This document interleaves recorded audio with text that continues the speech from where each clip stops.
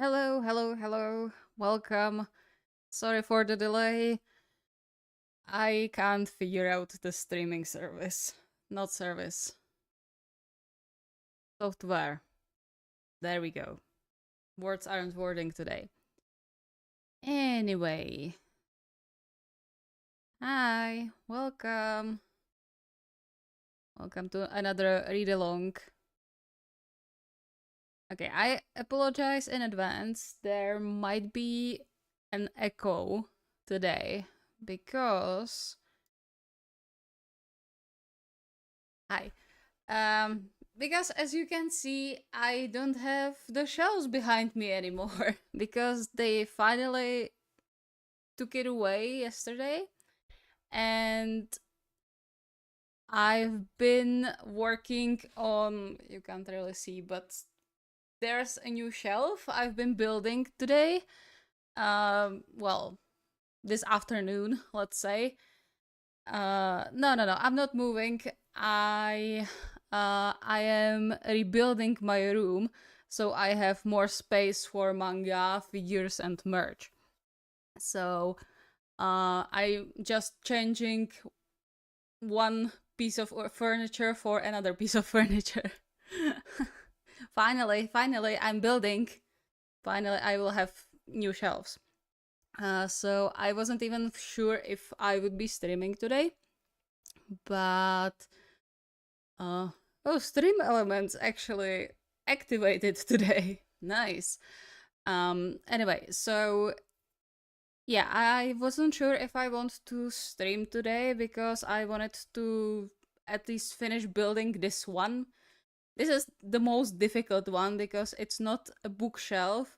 It's actually like a cupboard with doors and a drawer. So the building is slightly more complicated, and my mom isn't really a huge help. So I'm building myself, and it takes a little while. And my thumb hurts from the screwdriver.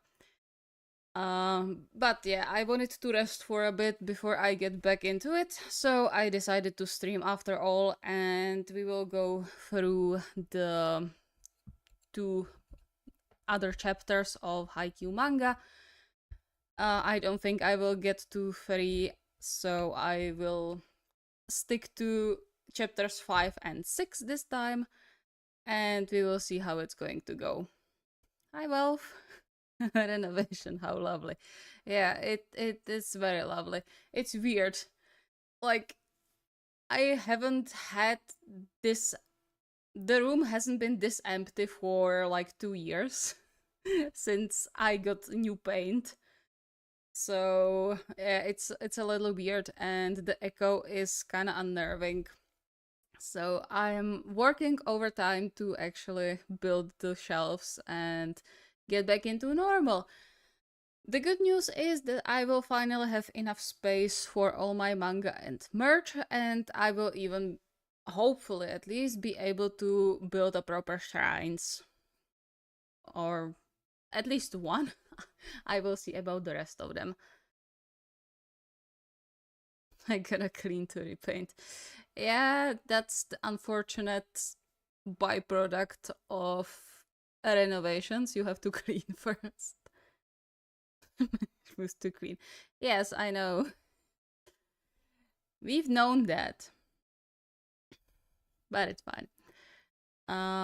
Yeah, so before we get into it, I will just do a little update on what's happening behind the scenes and behind the break I'm on.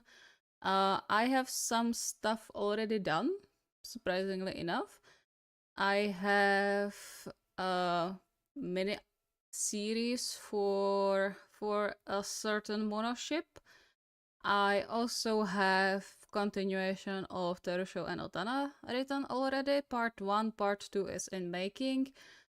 I'm working on the re-uploads. And yeah, and I figured out how to nicely tie one new proposal into the storyline of the ship. So that's also going to be happening after I come back. What else? What else? Yeah. Cards are going to arrive in like 2 weeks, I would say. I paid for that um package last week. So I'm assuming they should ship it on Monday or Tuesday. And we will see. Hopefully it's going to arrive before the end of June.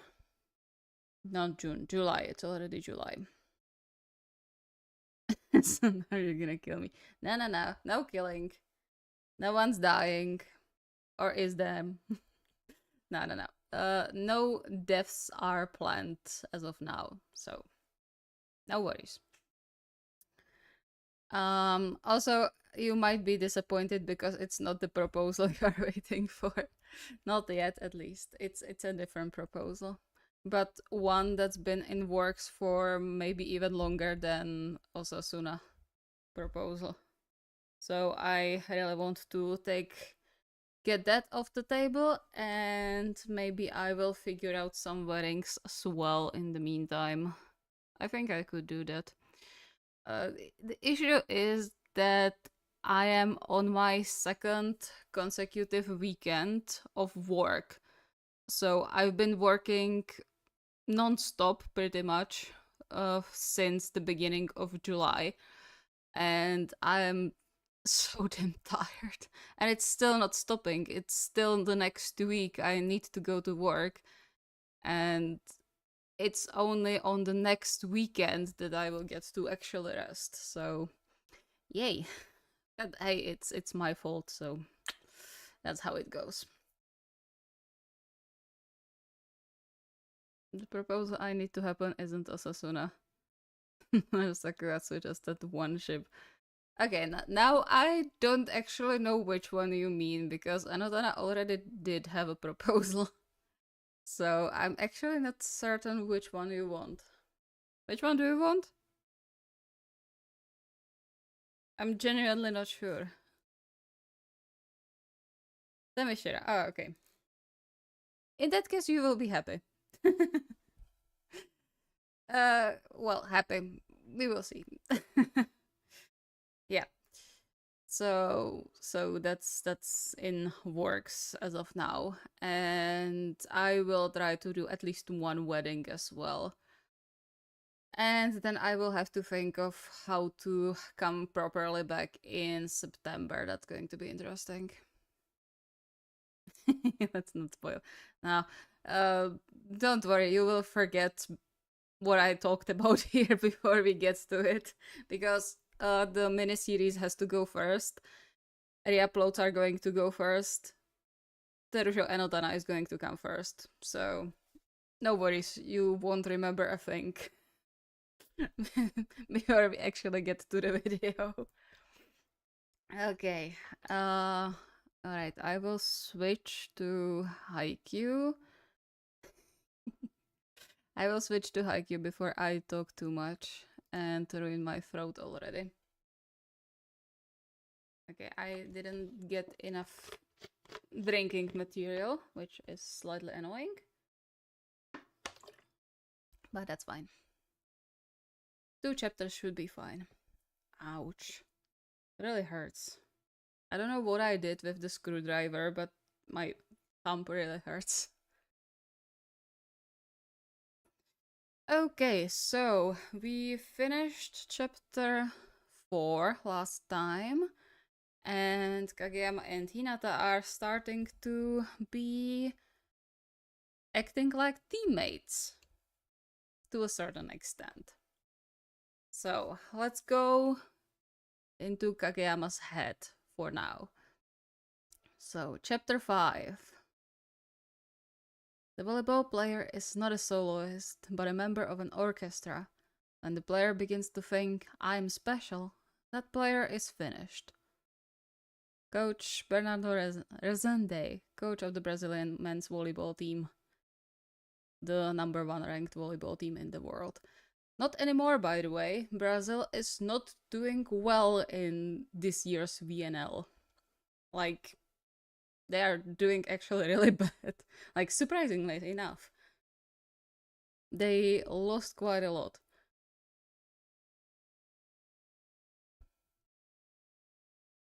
All the setting, all the serving, the hitting. I would rather do it all myself. Because I know I can receive that serve. I know I can set the ball in the perfect spot. I know I can spike it for a kill. Move faster. Jump higher. Faster. Higher. But when I put the ball up, there was no one there.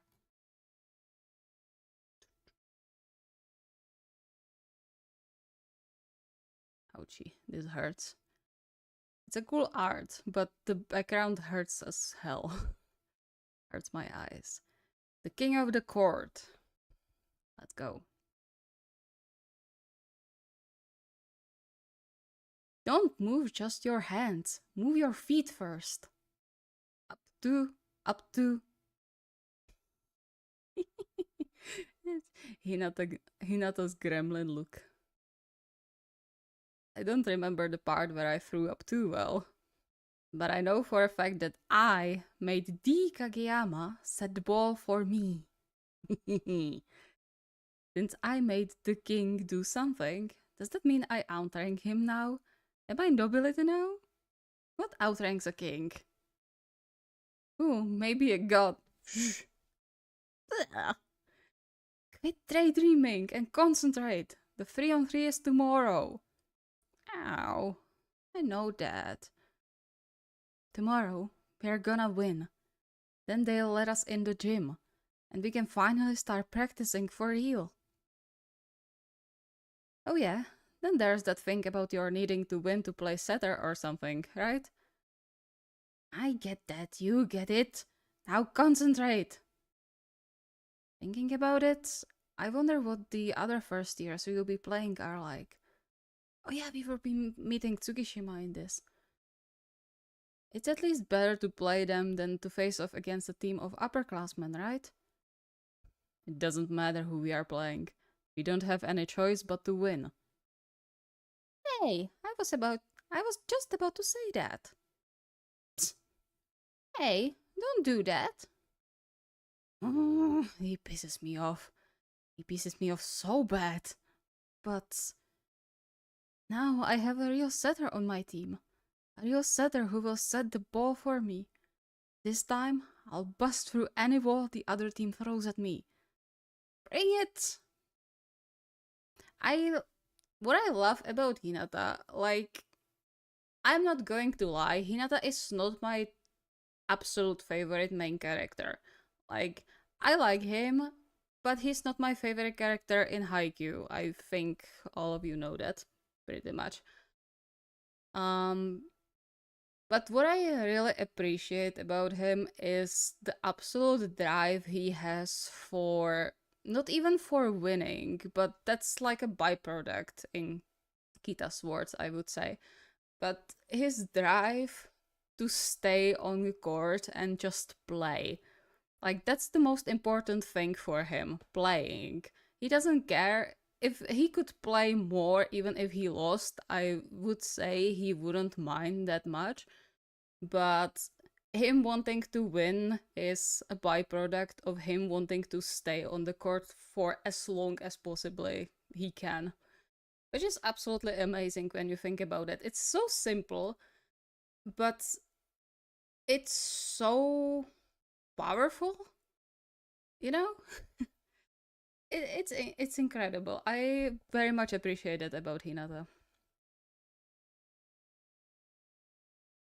And I still didn't figure out how to switch the chat into English. It's still translating it for me, and it's translating it badly. So if I ignore the chat for a while, it's because I see it in Czech and it pisses me off. Hinata's super messy. Yeah, absolutely.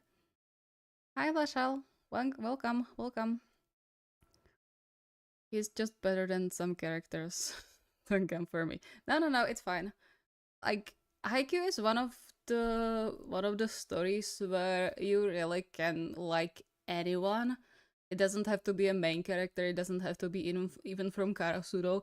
You can choose your most favorite character from anyone from the huge cast, and there will always be people who will be like, yeah, yeah, I can see that. So I think Haikyuu is absolutely beautiful in this regard. Because sometimes when I read the manga or watch an anime, I need to pick a favorite character. You know, I need to have a reason to follow the story and like continue on. I have to choose a character that I want to see develop in whatever way the story takes them. So Haikyuu in this regard is absolutely beautiful because you can have so many characters you want to see thrive. It's awesome. It's awesome, really.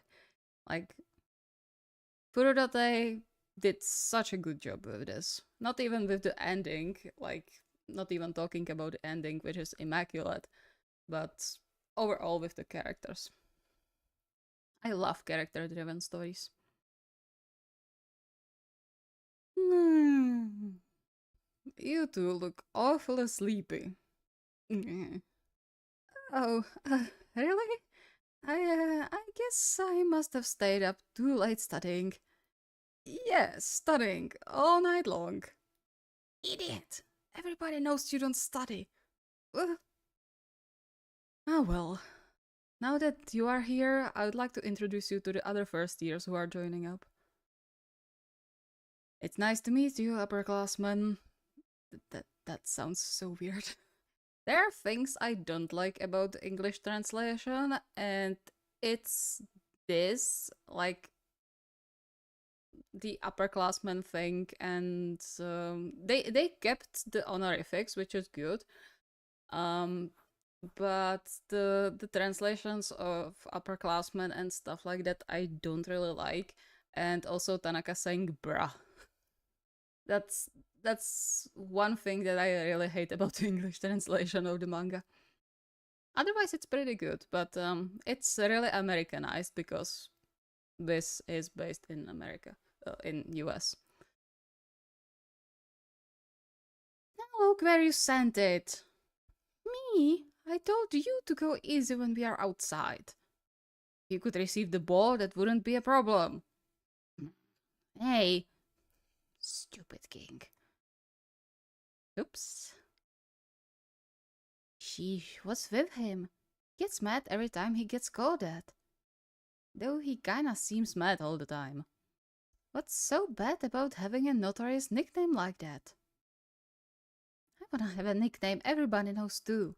Something cool like the Little Giant. It could be the Gale Wind. More like Gay Wind. Well, both of those are wind, but I mean, you will have a cool nickname. You just have to wait a few years. I don't think I like those new kids. You don't like anybody when you first meet them. It's just in your nature, I guess. My what? Still, there's no denying there are more than expected. Is tomorrow going to turn out alright? Don't worry, Suga-san. I'm on their team. True. There is Kageyama. Is it me, or does he seem a little meeker around the edges than he did in middle school? Huh? How? The kid's smart-mouthed little brat through and through. When we watched his middle school game last year, he had this, I don't know, air of absolute confidence about him. Like he knew he was unmatched on that court. Either way, he's still a stuck-up smart-mouthed snot-nosed kid. Jesus Christ, Tanaka. Big words for you. Right, asking you was a mistake.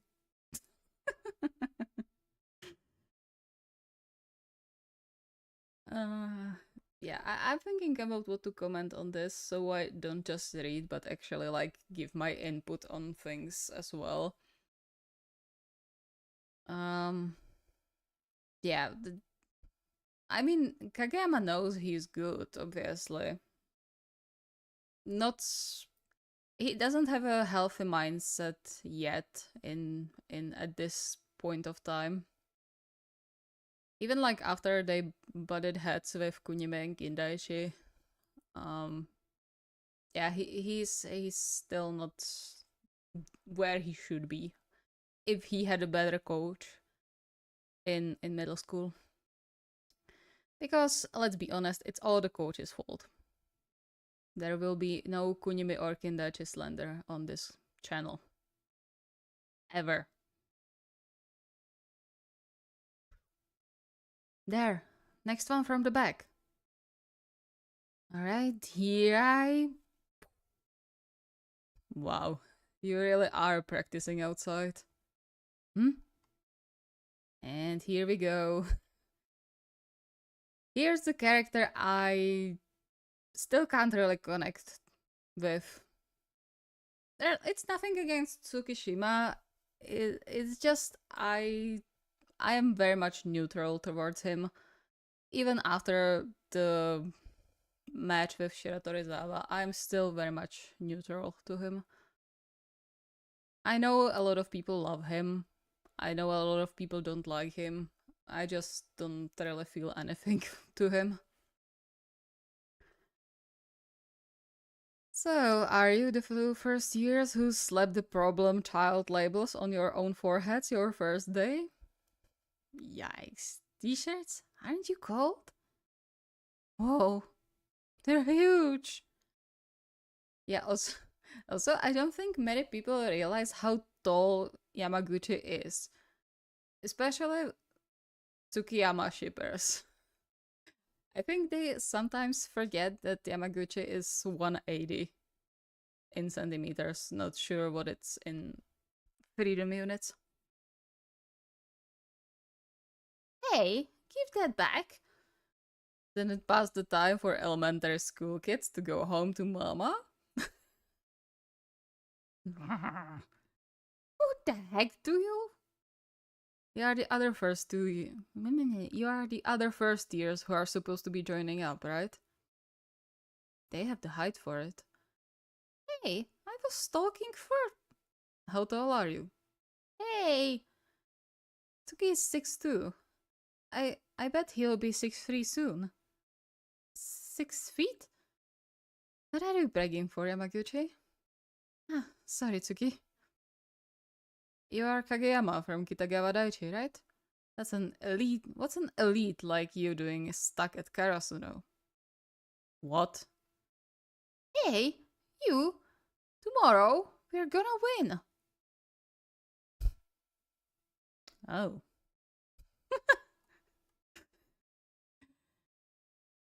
This game might be important to this game might be important to the two of you, but to me, it's just like whatever. Win or lose, I honestly don't care. But you two will be in trouble if you don't win, right? So, want me to throw the game for you? What? I don't even remember he offered that.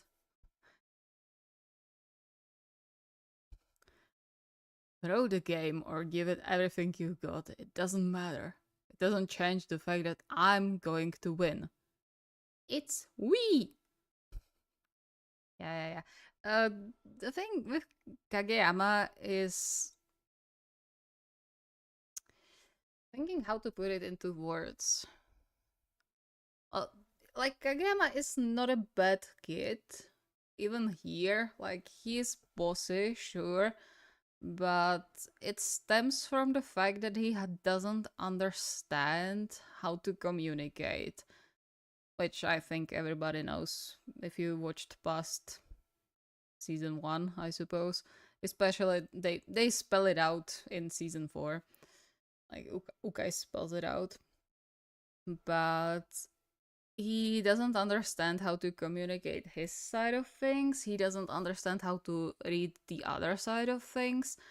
And basically, what he does is, I know what I'm doing, so you should also know what you are doing and what I am doing, most importantly, and do what I say I do, and do it before I even say I do it, which creates problems Unless you are Hinata, who just moves purely on instinct, which is why they are such a perfect pairing. Because, he can actually do the thing Kageyama wants him to do, even before he has to say it, let's say. He doesn't usually say it, but you know what I mean.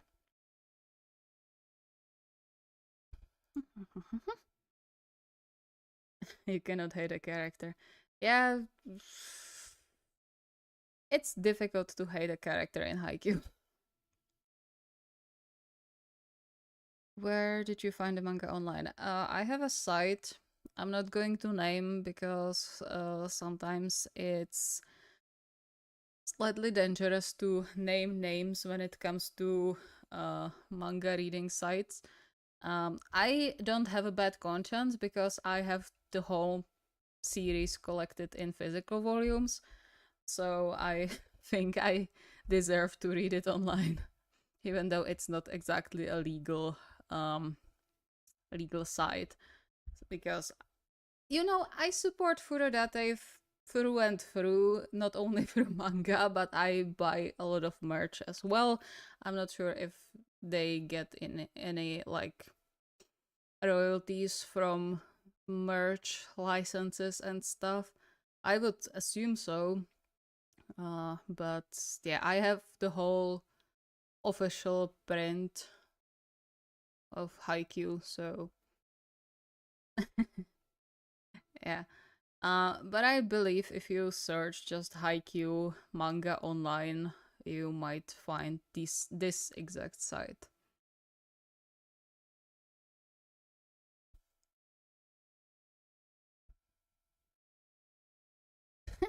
Such confidence. I guess that's a king for you. Don't you ever call.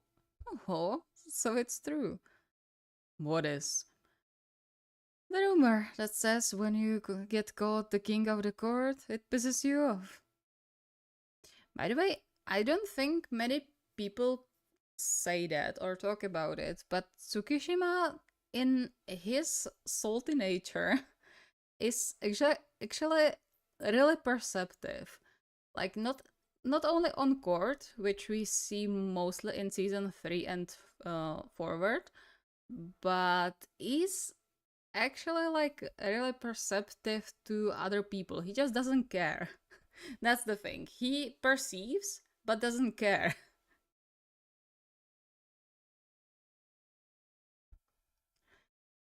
What's so bad about being called king anyway?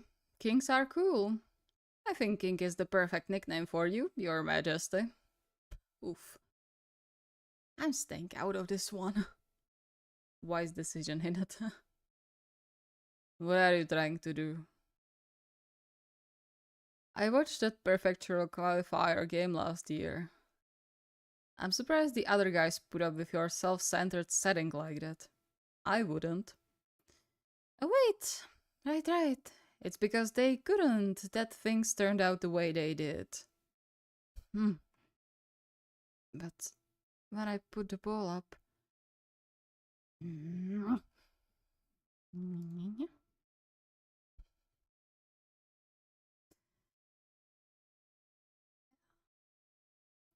The heck?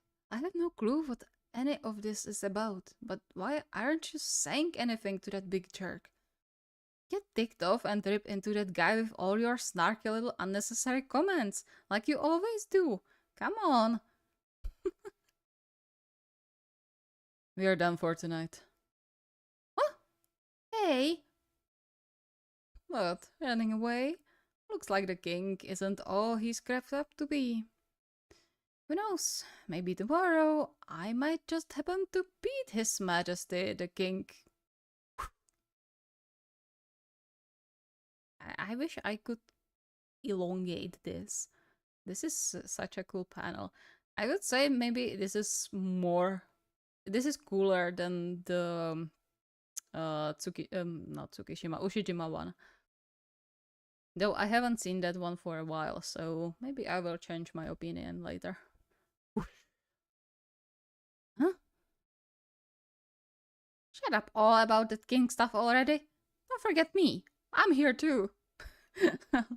Also, I love the fact that Hinata isn't necessarily like defending Kageyama. He's just saying, don't you ignore me. I am a force to reckon with, even though you don't think so. It's not just Kageyama here. Come on.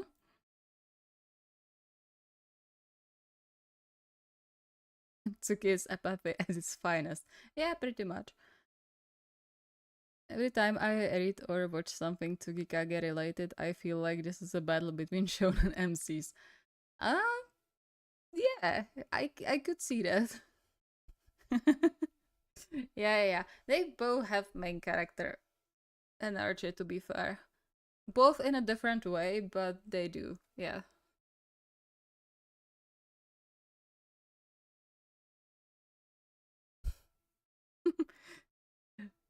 Tomorrow, I'm gonna sink one right past your ear. Oh? What? You're trying to start something? Come on, what are you getting all worked up for? Tomorrow, let's have some fun and not stress out, okay? I mean, it's just a dumb game. Yeah, and I don't like that they translated it as dumb game and not just a game. What do you mean dumb game? I mean exactly what I said. Anyways, see you two tomorrow. Hold it. Who are you anyway? Tsukishima Kei, class 1-4. As of today, I'm your new teammate. Oh wait, tomorrow we are opponents, right? I'm looking forward to witnessing His Majesty's real setting in person. Yeah, look forward to it. I also do like how whenever Tsukishima is having a cool-ish moment, besides on court, of course, we always get the moon, you know. I will have to watch for the moon because I might be onto something in this regard, but hey, we will see. Jeez, who does that big fat mouth jerk think he is? Let's crush him good in tomorrow's game. You don't have to tell me that. And you are a big fat jerk too. Okay, that's a good translation. Shut up. Tsuki, wait up. What's wrong? Stupidly intense people who get all worked up over a down game piss me off. The king, the dwarf, just looking at them irritates me. I think Yamaguchi here is pretty surprised to hear that anything is actually like annoying and irritating Tsukishima. Because since that game with his brother, or that thing with his brother, I don't think Yamaguchi actually saw him like actually irritated. Must be surprising to say the least. Next day, Saturday, the day of the 3-on-3 game. Oh, Yamaguchi is so cute here. Look, over there, there's a pretty girl. Hey, do you think she's our manager? Come on, look, she's super pretty. Yeah. I don't think you can get Kageyama on girls, to be perfectly honest. We all know why. Never mind. Jeez, what's wrong with him? He's been acting funny since yesterday. Alright guys, let's get this started. I'll join Tsukishima and Yamaguchi to even up the numbers. Captain, you're going to play? Relax. Naraka is way better than me on offense. But I won't go easy on you, okay? Hey, Captain, who should we crush? I mean, who should we contain first? Tanaka-san or the shrimp? Oh, and I'm very much looking forward to watching His Majesty the King lose. Katsuki, shh. They can hear you. Shh, shh, shh. That's the point. I want them to hear me. And I would appreciate it if they lose their cool for me too. Wow, Tsukishima, you have one spectacularly wrapped personality. That's a good way to put it, yes.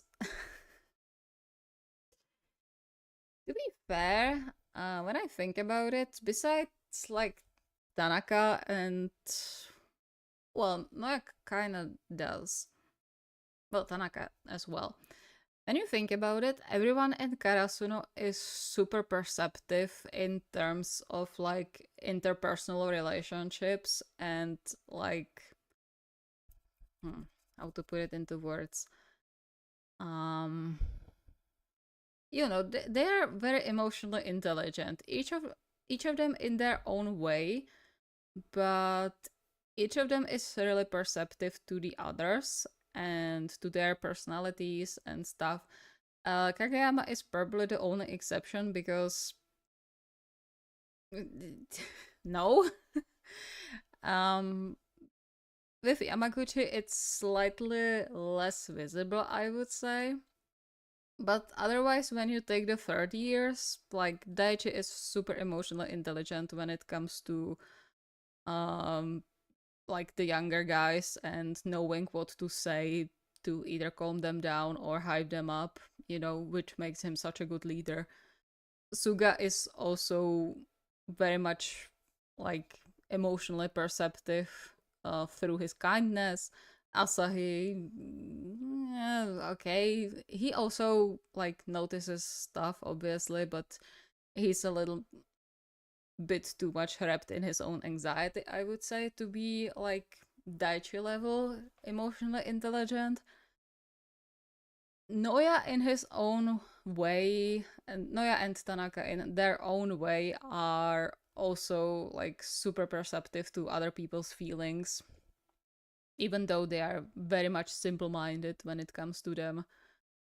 Enoshita is super emotionally intelligent from like another point of view of him being a coward. And yeah, even Tsukishima is. Hinata, that's a social butterfly. He's amazing when it comes to interpersonal relationships. So really, Kageyama is the stump in between emotionally intelligent people. And it's such a good thing that he came to Karasuno among those super emotionally intelligent people. Because otherwise, I don't know where he would end up.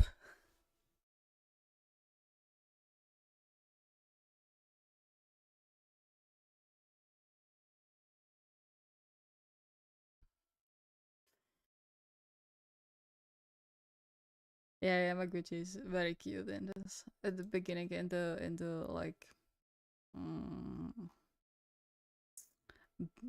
beginning art style at the beginning. Yeah, all of them are cute in the starting art style.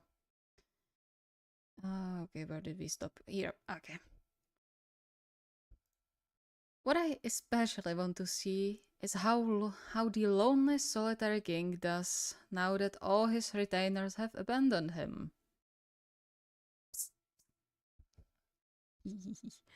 Oh my gosh, did you hear that? All those things he said. Goodness, that Tsukishima brat. I guess we are just gonna have to give them the crashing of his life. Hinata trying to look tough. It's not working, my darling. It's not working. Okay, 3-on-3 match. Set 1, game start. Let's go. Okay, we have Daichi's introduction card.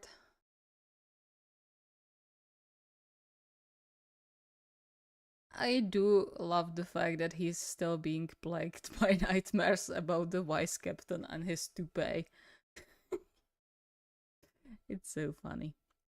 Also, his favorite food being soy sauce ramen is so valid. I did get one when I was in Japan and it's delicious. I would love some more, but I can't as of now, which is rather unfortunate. Okay, let's go to chapter 6 and we will talk a little, I would say. So, yeah, I don't have much to talk about in the chapter that I haven't talked about before. Um, so okay, scratch that. Not going to talk. Let's go. Chapter 6. And we are starting with a flashback. Middle school interscholastic sports tournament. Interscholastic? That sounds so weird. Chapter 6, middle school story. Prefecture qualifiers, finals. God, they're blocking his stuff. I have to wait. I have to find some way past it. I need to be faster. Set up a quicker attack so fast their blocking can't keep up. Move faster! Move faster. Gotta jump higher. Okay. This guy, this is the actual villain of HAIKYUU, and you can't convince me otherwise, because if he was an actual coach, like someone who is supposed to be there to not only lead people on the court, but to help them, like, you know, get along, he wouldn't be doing this face. He would actually make them talk it out and make Kageyama tell his side, make his teammates tell their side, and then actually help them negotiate peace, which didn't happen. So all of the people who hate on poor Kunimi and Kindaichi should instead be hating on this guy, because he's the only one in whole HAIKYUU who deserves hate. Like 100% and more. You can't convince me otherwise. Like, even this guy, both of them, like, they are the adults. They are supposed to lead those kids. Like, they are, how old they are right now? 14? Something like that. They are 14. They are fucking kids. Come on. Like, you are the adult there. You are supposed to step in and make them talk it out.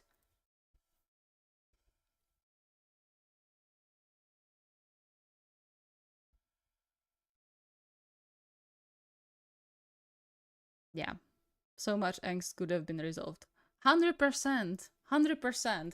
If the adults in Kitagawa Daiichi were actual adults and coaches and the leaders they are supposed to be, the whole situation could have been completely different.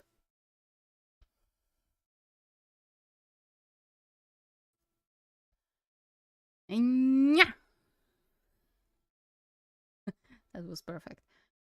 Whoa, he smashed one right through that big first ear.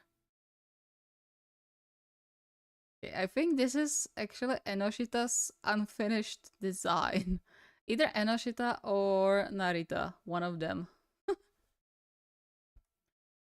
Wow, that was even stronger than usual. Yeah. Tanaka, shut up. You are overdoing it. That's only 1 point. Put your shirt back on. I think these are Kinoshita and Narita, like, unfinished designs, I would say.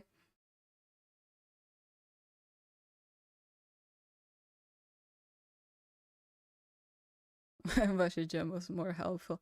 I think Washijo gets a little too much hate.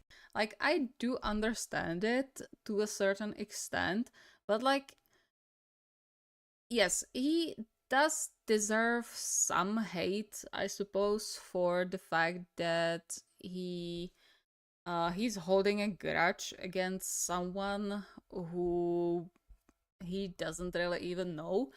The thing that many people forget is, like, when they hate on him, they say like, "Oh, you should have, like, he should have tried harder to be on the court, back then." But the thing that they forget about is the fact that he couldn't really, because like it, even if he played the best he could, the coach still probably wouldn't let him on the court because he was short, because that's how the volleyball was like 50 years ago. So I think people kind of forget about it because he's not a victim of his mindset. He's a victim of his time, like of his era, to be fair. So I think he does get more unnecessary hate than he would deserve, because from season 4 onwards, or especially in season 4, like he doesn't say anything that's not true. Like at that point, Hinata is kind of useless without Kageyama, because he doesn't know the basics, and Washijo knows that because he's a good coach. So yeah, but we will get to it later on. So we will talk about it slightly more when we get to the Shiratorizawa match. Victim of circumstance, yeah, yeah, exactly. Looks like getting Taka out up might not have been the best plan. Front, front. Taka-san is really awesome, but he's not the only one. Hinata! The ball gets set for me too. Alright, here goes my first spike in my third high school game. Hinata jumping are always the most beautiful panels you can imagine. Oops, sorry.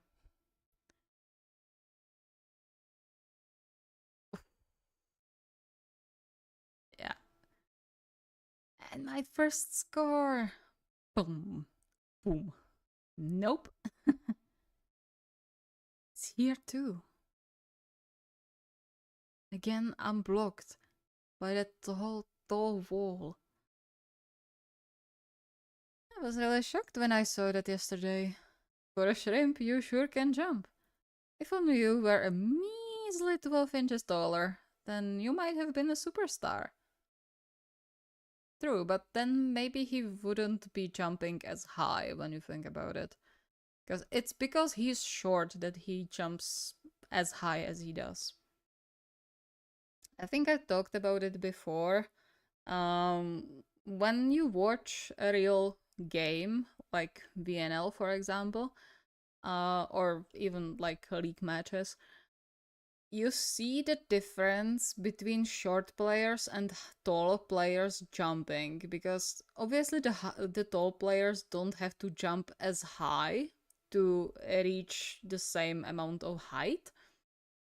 So they will always just like whoop, and they get the stuff done. But when you compare it to like the shorter players, especially in VNL, if you watch Japan play anyone, basically, and you catch a match where Nishida or Ran are playing, Takahashi Ran, you see how high they have to jump to actually like get over the block, and they adjusted to it. So they jump so high, especially Nishida. Like he's a monster, like actual monster. That's Ushijima Irelo.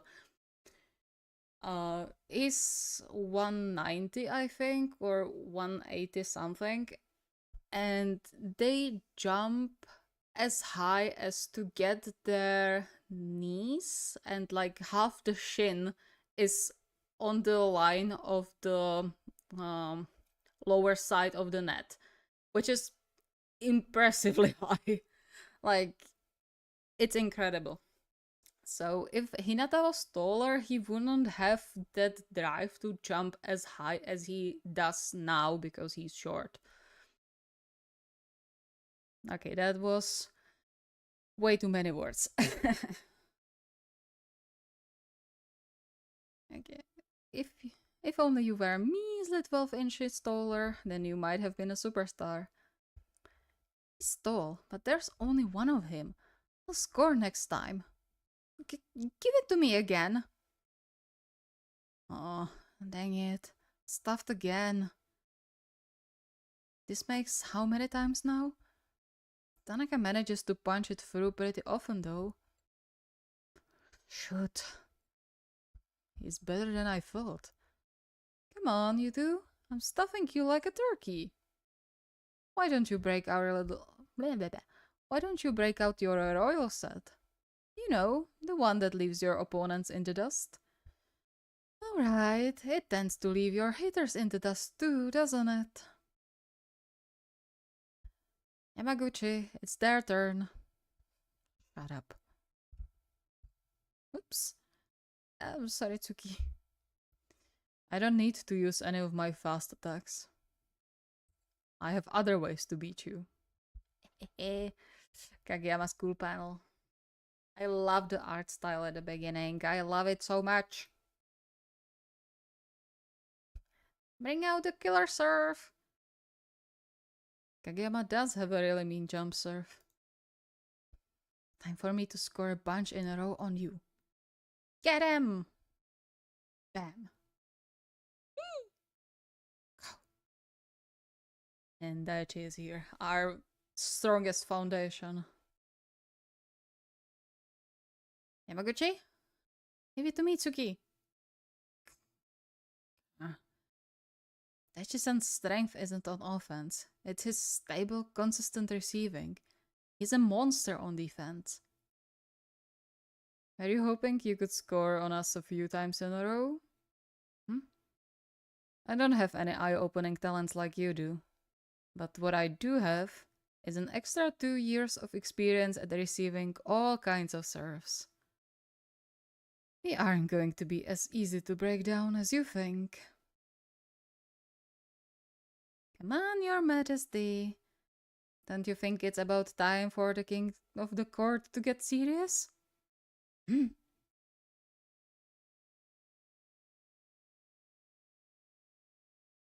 Hey, come on, you. How come you keep trying to mess with him? What's that royal set or whatever, and why does it matter? What? Don't you know the reason he's called the king? Huh? It's because he's super amazing elite player. People at other schools started calling him that because he intimidates them, right? There are a lot of people who think that's it. But it wasn't other players. Mario.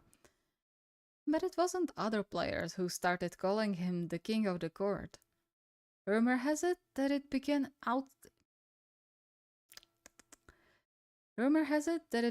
inside Kitagawa Daichi, by the king's own teammates, in fact. They were calling him a self-centered king, a tyrannical dictator who always had to have his way. I'd heard the rumors beforehand, of course, but when I watched that game, I understood why. After all, during that finals match, your tyranny went too far, and you got benched. Move faster! Cut it out, man! Your sets are freaking impossible! What's the point if you can't hit them? You know what's the most heartbreaking point? Which we kinda get a glimpse of way towards the end when we get Kageyama's backstory, is the fact that at least Kindaichi tried so hard to be Kageyama's friend, but just and like actually do the thing Kageyama wanted him to do, but it just wasn't possible for him because, you know, he's not a freak of nature like Hinata.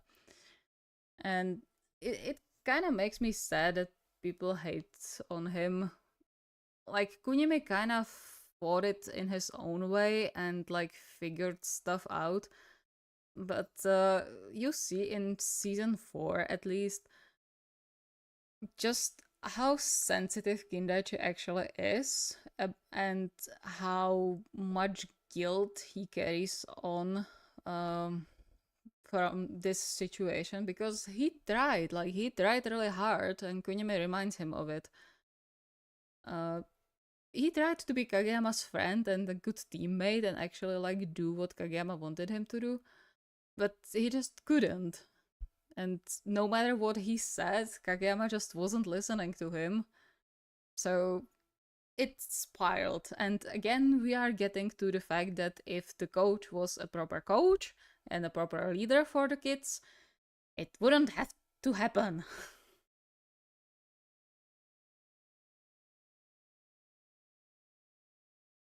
But to win, we have to find a way around their blocks. Is this real where it ends? Am I going to lose here? No, I'm not going to lose. I'm going to nationals. Move faster! Jump higher! If you want to win, get there in time to hit my sets! Yeah, they just... they are done. And you can't blame them. Like, I do hate the people who blame them for this. And, like, can't can't empathize with them, you know? Because if you were on a team with someone like Kageyama at this point, like, yeah, I get it, he had it tough. He was going through a difficult loss of his grandfather, and like, he was in a tough place. Of course he was, and he was a child, just like them. And he didn't have anyone to lean on because the coach was a piece of shit. So yeah, I get it that people sympathize with Kageyama in this. But what gets me is the fact that they can't emphasize with Kunimi and Kindaichi. Because if you were on a team for a whole year with someone like Kageyama at this point, who doesn't communicate, only tells you how shit you are because you can't do what he tells you to do, even though you are doing your absolute best and you are trying. It's not like they weren't trying, they were trying. And you are told that it still isn't enough. It's going to wear you down. Like, yeah. I may be biased because I love Kunimi and Kindaichi, but it does hurt me a lot when people blame them for this whole thing and just hate them for whatever reason. So yeah, I need to get in with some of their defense because I don't like seeing Kindaichi and Kunimi hated for something that wasn't even their fault. Like, no one is at fault here. Either no one is at fault or both sides are at fault when you think about it, but it's not one side's fault. It's this guy's fault. He's the source of all evil. And technically, when you think about it, I believe that this guy is also behind the whole conflict between Oikawa and Kageyama. Because, once again, he didn't make them talk it out. He didn't step in. The all adults in Kitagawa Daichi suck.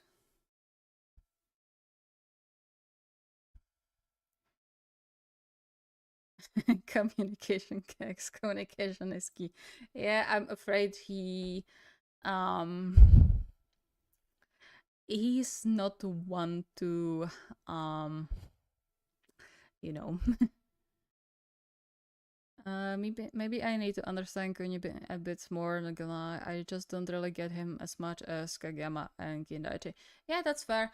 Because Kunimi is like a special case between the three of them. Because you have Kageyama, who is someone who can't communicate. You have Kindaichi, who is super eager and like pure-hearted.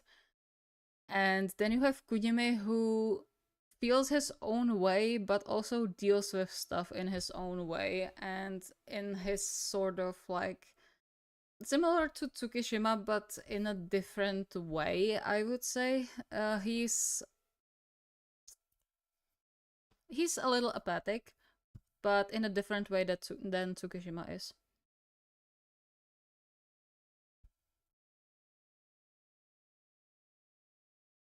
I will again talk about it more when we actually meet them in the match against Seiju. Then, at the end of the first set, our opponent's match point, I put the ball up, but there was no one there to hit it. That wasn't our first botched combo play of the day, but that one wasn't an accident. It was deliberate refusal. That one missed ball was a statement on their part. It said, we aren't following you anymore. Kageyama, that's enough. Go sit on the bench.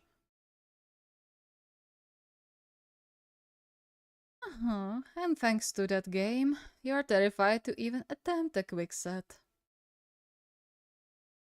You know, I'm getting real tired of hearing you talk. Tanaka.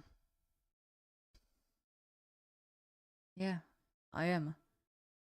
The idea that no one will be there when I put the ball up scares me down to the bottom of my soul. Wait, but that was all back in middle school, right?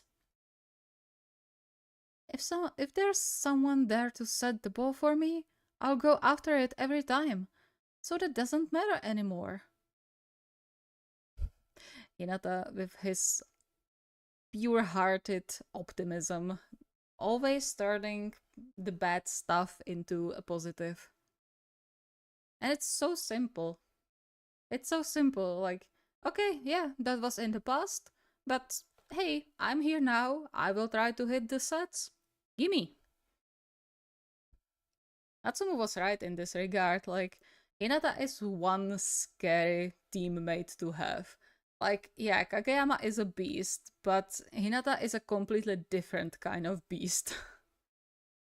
And it's very visible in the Inarizaki match. Like, the Nekoma match is more... I know that Hinata is a central point with his, like, boom jump, but it's more about Kageyama and his change in mindset, I would say. While the Inarizaki match is more about Hinata.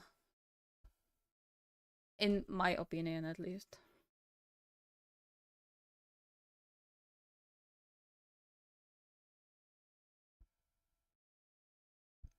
I cracked my back for the first time in 7 years.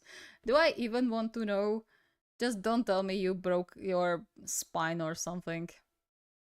I wouldn't be surprised.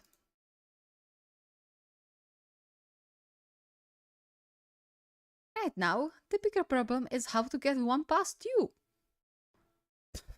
I'm gonna beat Tsukishima and join the team for real. Then you are gonna get to be the official setter and put the ball up for me. What else matters right now beside that? Yeah. It's... When you think about it, Hinata has a very similar mindset to Iwaizumi. You know, like, focus on what's right now, then we will focus on the future. You know, don't focus on the past, focus on the now and what we need to do now.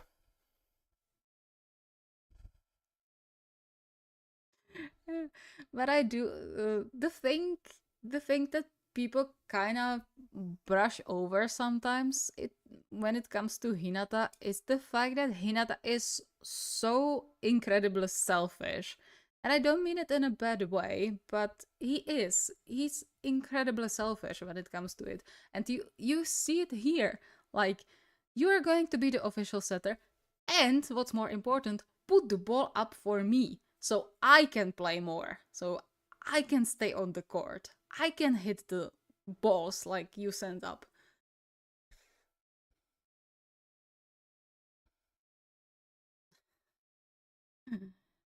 You know, that kind of pure, earnest, and straightforward attitude makes me sick. Hmm? Enthusiasm and guts aren't enough to make up for being foot too short. If you think that if you just try really hard, everything will magically work out, you have another thing coming. Except in Hinata's case, it actually does work out, usually.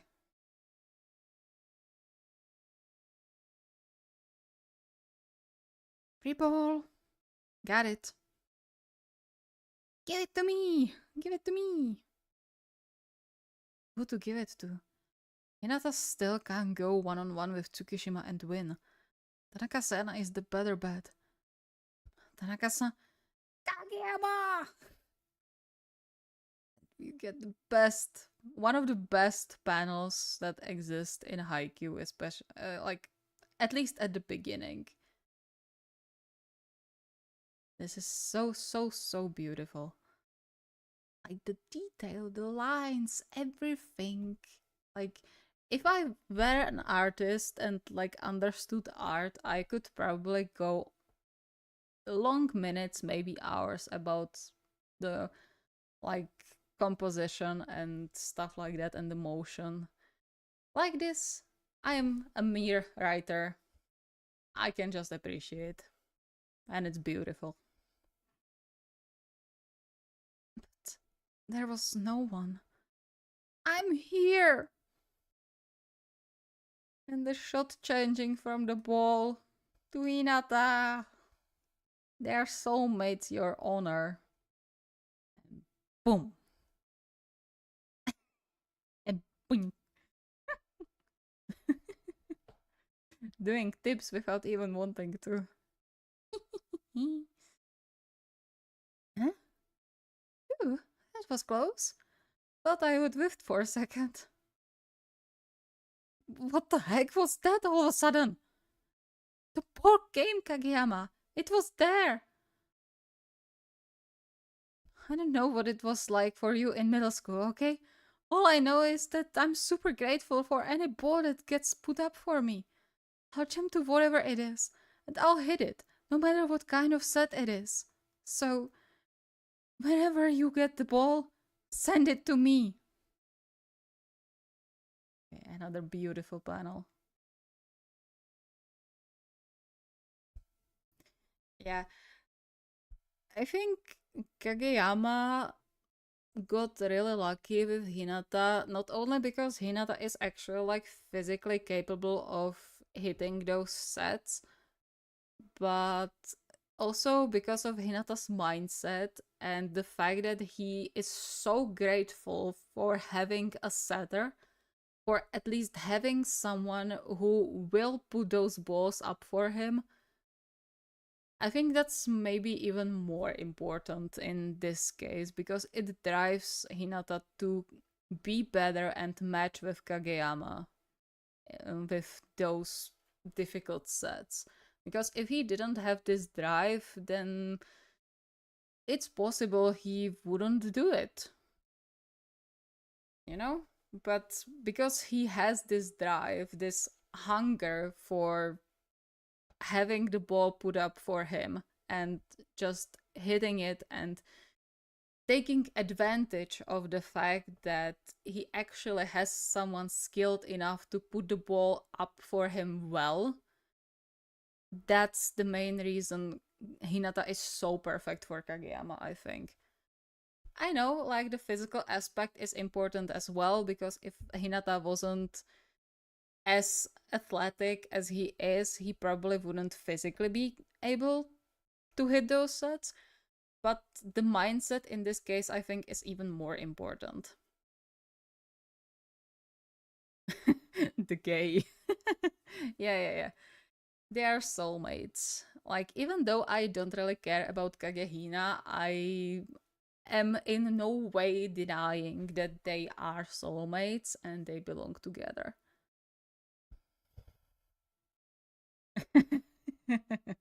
I wouldn't call him LARPer, I would call him Kageyama's ultimate support. Not even partner in this case, but just his ultimate supporter. So, no, nothing's broken. Okay, good. Good. When nothing's broken with you, that's fine. Just a minor ouchie. Goody. That's good to know. I also now realize that I have the chat on left side and I'm looking to the right to read the chat. I should switch it, but then it wouldn't make sense. What else? Who cares? It's fine. Okay, so. And we have Suga's introduction card as well.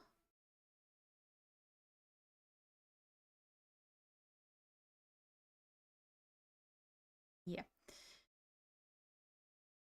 Super spicy mapo tofu. I actually didn't get tofu when I was in Japan, and I kind of regret it. I wanted to do. Okay, I will switch the camera again because I will not be reading further. But yeah, at least you can see me. I wanted to do like a hunt for HAIKYUU guys' favorite foods. I didn't get to it, unfortunately, because I had more stuff going on with like navigating and trying other foods and all that. I am thinking I could try that on my second visit, which I plan for next year. But hey, we will see. I did try shirasu, which is Shirabu's favorite food. Uh, it's kind of funny because, like, I don't know if you've seen it. It's like small fish, like small fish bait. Um, they serve it for breakfast usually, and I got it for breakfast one time, and it's surprisingly pretty good. Like I expected some small bones or something in that, and it be like crunchy, because it's a full fish. It's a mini fish, but it's like whole, like body, head, eyes, all that. But it's surprisingly pretty tasty when you eat it with rice. So good on Shirabu, I suppose. Um, yeah, I think I hit some foods of the like favorite foods of the characters unintentionally, like with the soy sauce ramen. But yeah, I think I will do that on my second visit. We will see how many I will be able to do. I did have milk bread though. I did find milk bread in one of the konbinis in Daily Yamazaki. It was interesting. I didn't expect it to be filled. Like I expected it to be, you know, that kind of bread, like really fluffy, really like not stringy, but it kind of comes off in strings. And I expected that, and it wasn't that. It was like, how to describe it the best. Um, it's like a cake, pretty much. It's interesting. It wasn't bad. It was interesting. I would like to try shirasu one day. Definitely do. Like it it's kind of strange when you see it because it has everything, but it really isn't that bad when you eat it with rice or stuff like that. It was pretty good. Like I ate the whole bowl of it, so and I'm picky when it comes to food usually. So if that says something, I will say so. That sounded weird. Whatever. Um yeah, so I did go on a rant once again, but I will defend Kageyama, not Kageyama, I will defend Kunimi and Kindaichi with my life.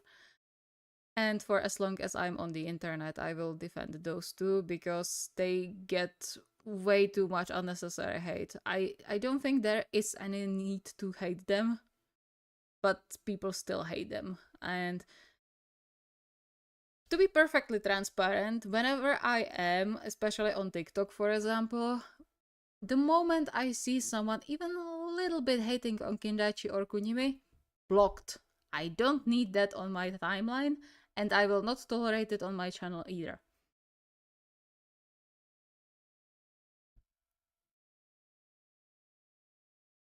Shirazu is amazing to me, not to male I live with.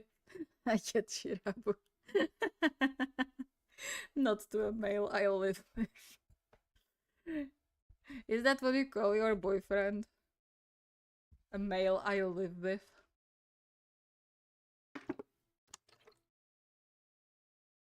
Hmm. Okay, I don't know if those two chapters were slightly shorter than the last one, than the other two that we read last week, but my throat is actually doing okay today, I would say. Perhaps. Okay. Oh. Oh, my poor back. I need to crack my back as well. But I don't have my gym ball, unfortunately. I don't even know where it is. It got lost during reconstructions and I haven't seen it since. Unfortunate. Yeah, okay. So, now that we are done with the two chapters, I didn't get to listening to the last stream, so I didn't get to edit it into the video yet. So I'm thinking maybe I could do one long video of chapters 3, 4, 5, and 6. But I will see. I will hopefully get to it this week because, like, currently at my job, there isn't that much to do. However, when there is something, because I'm considered like a senior senior employee at this point, even though I've been there for like a year and a half, I do get those more difficult requests, which means that when I get them, I spend like 2 hours on them, which is annoying because I do 2 of these requests a day, and the rest of the time I'm just sitting in the office staring into nothing. Um, I personally don't mind because I can write in those moments when I have free time. Uh, I would just prefer if I didn't have to go to the office as often. Like, we could do this job completely from home. Like, this is 100% a remoteable job. But no, because our boss is old school, we need to go to office 4 times a week. At least I am grateful, not going to lie. I am grateful, I'm not going to complain about it. We have 1 day of home office per week, which is absolutely great. Because from what I've seen, like other job offers that I sometimes scroll through, some places of employment consider home office once a month as a benefit. That's not a benefit. That's stupid. 1 day is amazing. Yeah. It is. Like, no complaints from me in this regard. However, I will complain once the company that bought us is going to touch that 1 day of home office a week. Because they already tried it once they, like, took over. And one of the first things they said was that we shouldn't have that 1 day of home office per week, and that we have to go to the office 5 times a week, which is stupid. Like, there's absolutely no reason for that. So our boss was like, hey, this is the only benefit, or like, he sent us an email that said that so far we will keep the things as they are with 1 day a week, but he doesn't know how long that's going to last. That he will try to keep it going for as long as he will be able to, but that he can't promise anything. And yeah, because that 1 day of home office is basically the only benefit we get, even though when I answered that job advert, it did have some other benefits we don't get, but that's fine. I don't really care about those. But that home office is the only real benefit we have. And I am 100% like decided that once they touch that, once they don't won't allow us to have that anymore, then I'm going to search for a new job, because then there's no reason for me to stay somewhere where I don't see myself going anywhere. You know what I mean? Because I talked about it a little on the last stream that I want to go into travel industry, and with the overtaking from the huge company and all that and all the issues that come from it, I don't know. We will see. We will see next year. Um, yeah, we will see. That's how it's going to be, and yeah, if we will be forced to go to like change into their system, which is absolutely unnecessarily difficult to deal with, and we will become this like huge corporation, then I don't see myself staying for much longer, because I don't want that. I just don't. Especially if they take away the benefits that we have.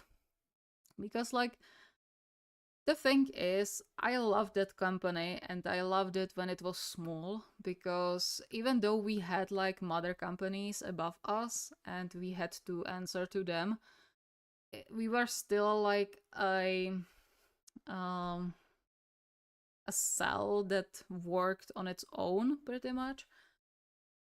And it was nice because then you can talk to your boss, you can, or we can talk to our boss, or we can talk to our manager, and everything can be dealt with as long as you talk about it with them, and they always try to help us out with everything, with like work stuff, personal stuff, and all that things, all those things.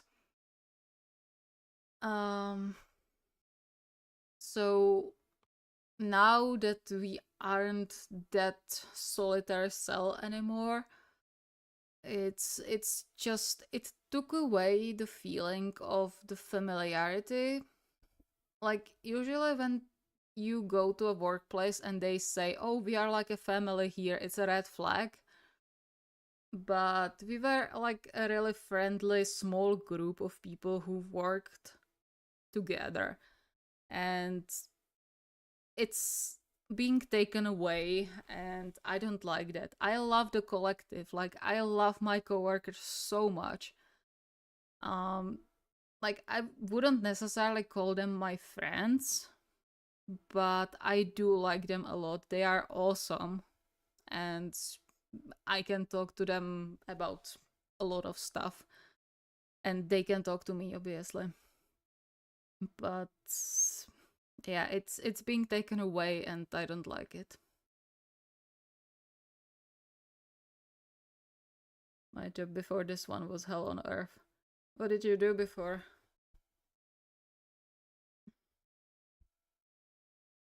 It feels like I need more life experience to fully understand. Yeah, that's possible. Like, I'm not actually sure how old you are, but because I don't remember if you talked about it or not. But this is very much like employed, full employment issue, I would say. um, yeah, if you are still in, I don't know, high school or uni, then I would say high school, judging by your reaction. Um, then yeah, you probably don't really grasp that that feeling, and that's fine. Like, it's not a bad thing, definitely. Like, don't take it as a bad thing. Like, if you are in high school, you are supposed to not understand this just yet. That's just how it is.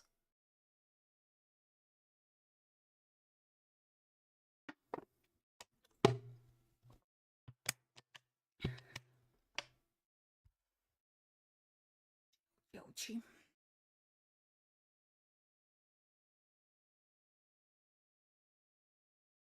I do I do like that every stream just turns into me complaining about my work.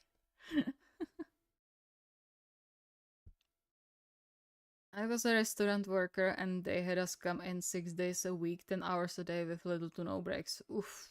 Oof, oof, oof. That's nasty. I only had 1 day off because I was a student at the time. What? That's awful. Like, yeah, like I don't have any idea. How do you say that in English? Mm, yeah, I don't have any illusions about like culinary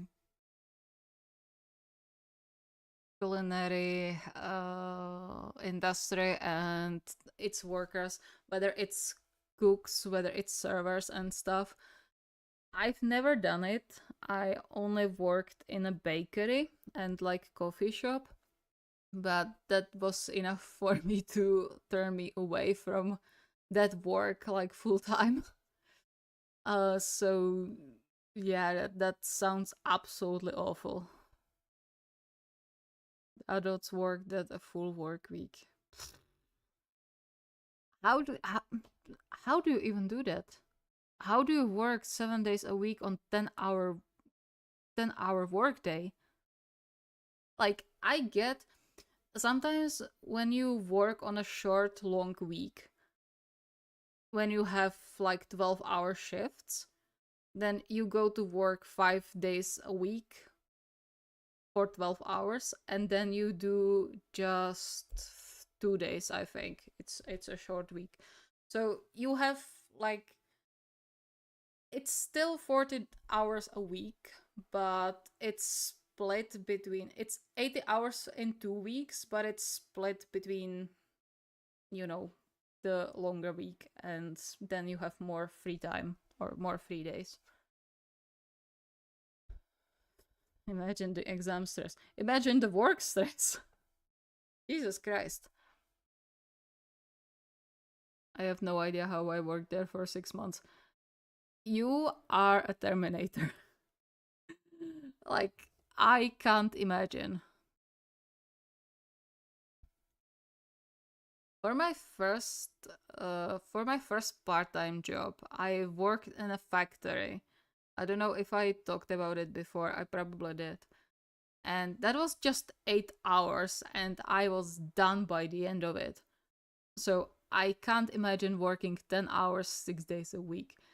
Like, even if I wasn't as lazy as I am, like, I am a lazy person. If I can get around work, I will, if I find a way to do that.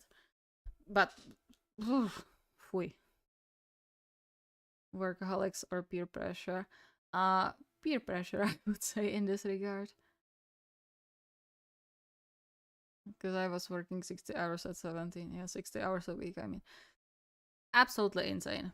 Like, again, I am absolutely done after 40 hours a week, and I do office job. I don't even stand the whole day. So absolutely awful. That's literally my nightmare. A job like that. So all strength to you for making it through that. And I hope you enjoy your current employment more than, well, obviously you do, but you know, I hope your current employment is kind to you in this regard.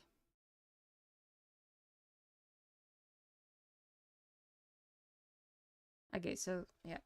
So you are last year of high school, I presume, or one to last, also? It's funny because Alza is a store here in Czechia with a very annoying ads with an alien, very annoying alien. Yeah, pretty much. Okay. Yeah. So you don't need to understand this work related stuff just yet. You have enough time before that. Enjoy the fact that you don't understand, I would say it like this. Like, obviously, it feels like first world problems when you think about it, because at least I have a job in the time of the absolutely fucked up job market. And it wasn't as difficult, I suppose. I was looking for like 3 months, but I was still at school, so I had and I had a part-time job, so I had some net under me in this regard. So it wasn't a rush, and I don't have to pay rent or anything like that. Like, I do pay sort of rent right now because obviously I have a full-time job now, but it wasn't like the pressure wasn't as immense, and I did get the job in like 3-4 months since I started looking. So it wasn't as bad to get it. So it really does feel like me complaining feels like first world problems, but yeah, I need to complain to someone. So unfortunately, you will be the victims of it. Let's not mention the vacation issue. You need about a year of experience to request any time off. Okay, that's I want to say rude, but um and multiple days you need to send in word to the boss about 9 months before.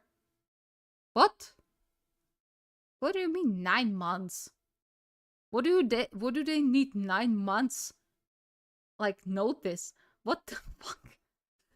Okay, that's your current job or the last job? Current one, I presume, right? 9 months before? How can you even plan something 9 months ahead of time? Last. Okay, good. um yeah, so I'm not sure how the law what the law is where I take when I please now. Okay, that's good. That's good. I wish the best for you in this regard after that last horrific experience. I do have to send a request to my boss through Google Calendar, but didn't I didn't experience anyone getting their vacation denied, even if it was like for next week. So even multiple days. So um yeah, what did I start to talk about? Um vacations. Oh yeah, law. So I don't know how the law what the law is in your all countries, but here it's a law when you are working your first year, then you get some hours based on how much you work. So when you have 3 months of probation period and you go to work every day, then by the end of those 3 months, you have 2 days you can take off uh, as vacation. Usually that's how it is, but or at least I assume that's how it is. Uh, we did get all the vacation days that we would get throughout that year, throughout that first year, right after I ended the probation period. So that was nice. I could take a vacation after 3 months, which was absolutely perfect. Under the last one, I actually ended up with a strike for getting hospitalized and showing up late. It wasn't very pleasant. Yeah, that sounds like a workplace that would write you up for uh, coming late because you were in a hospital. I can see that. Which is, by the way, supremely fucked up.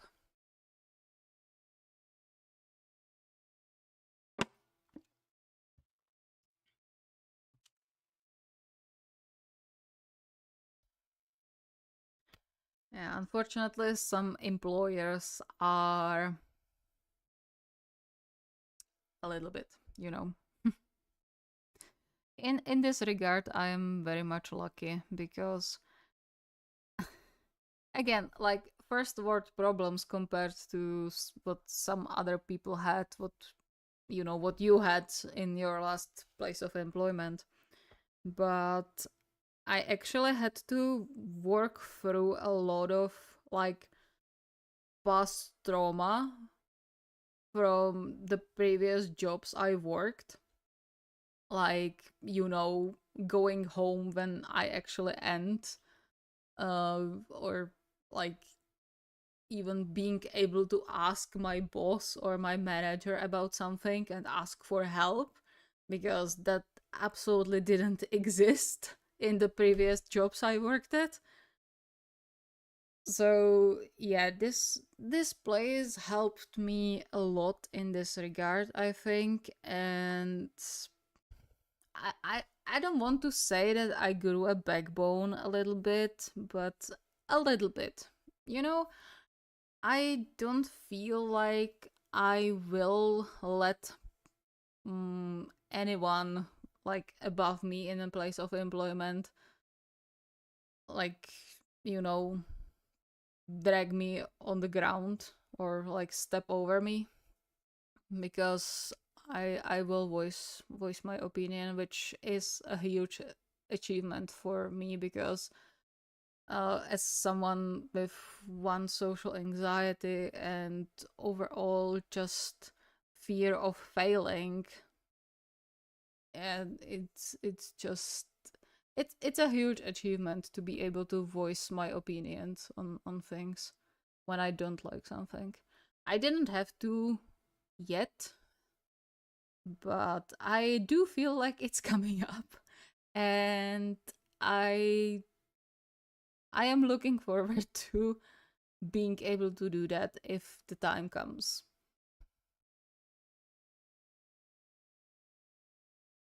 No wonder my mom keeps saying school or continuing studies is better. Um, in some regards, I suppose it's true. But on the other hand, I am happier in work because one, I have my own money, which is nice. I can actually like buy stuff that I want if I want them. Obviously, I have to save up because my paycheck isn't that big, but it's something. It's much more than I used to get before on a part-time job. And I don't have any other assignments, So I leave work and I leave office and I leave all the work in the office and I don't think about it until the next day. So unlike with school, I don't take my job home unless I'm on home office, obviously. But strike 5, like time gets to 5 o'clock, I'm off. I don't care. Like I come.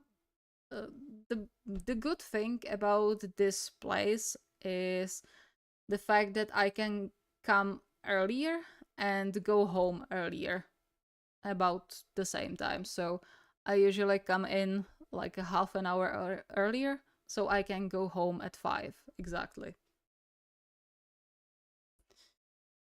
So yeah, by 5 o'clock I am turning off my PC and then no one can reach me from work, which is nice.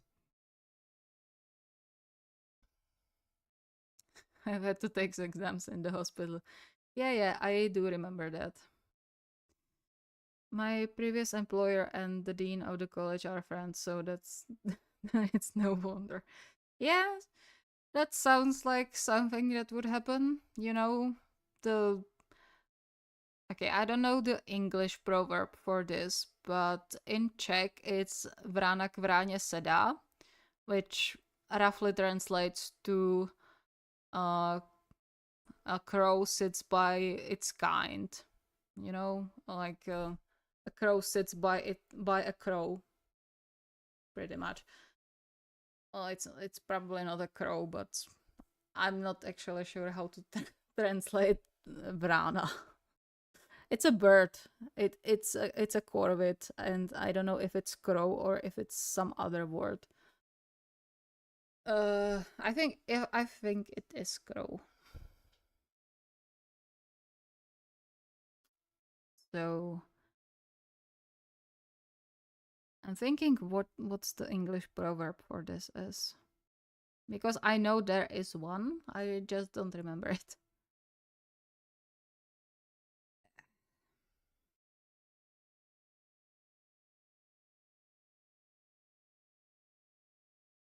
Rána k vráně sedá, rovný rovného si hledá. It pretty much just means that similarly minded people tend to like flock together. So yeah. Yeah, I don't know English. Me neither. English isn't Englishing as of lately.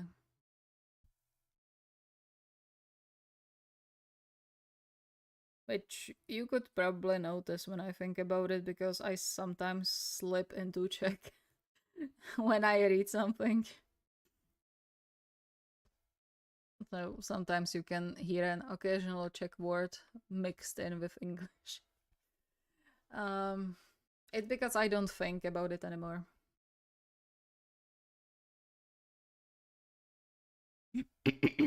Okay, now I do feel like my throat is acting up again. So I think I'm done for today, and I will hopefully go to finish this thing, and tomorrow I will build the rest, and then finally I will be able to put all my manga up, put all my figures up. They've been asking for it forever.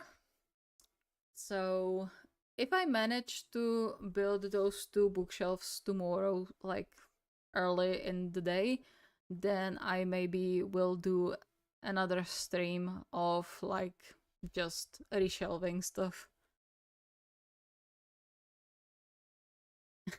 Hope that shelf gets complete like those storylines. It's almost done. I need to hammer the back to it and put in the shelves, and then put together the door that are on this, and then it's going to be done. Drink some water. That's not going to help. It's just because my throat is tired. Drinking isn't going to help anything. Just not used to talking so long. Like, we are streaming for hour and almost 2 hours. So it's just because I'm not used to it. I will get used to it with time, I think, but as of now, it's still not great. Okay, so let me know some feedback for today's stream. Valve, you said last time that the sound was a bit choppy and glitching. Was it the same this time, or was it better? I played around with some settings on sound, and I tried to speak like a little quieter. So was it better? Was it the same? Was it worse? Better. Okay. Good. Good. Good. Good. So it was mostly because of volume. That's good. Yeah, I will give it a hear throughout next week, and hopefully I will be able to upload the reading videos, like compressed versions of these streams, for those people who want to just listen to the manga and me yap about the storyline. and characters, obviously. Yeah, so thank you so much for being here with me, and I did have a great rest with you all, and I'm super grateful you were here with me. And I will see you probably next week, and maybe tomorrow, depends. Depends, but definitely next week with another reading stream. Bye bye. See you soon.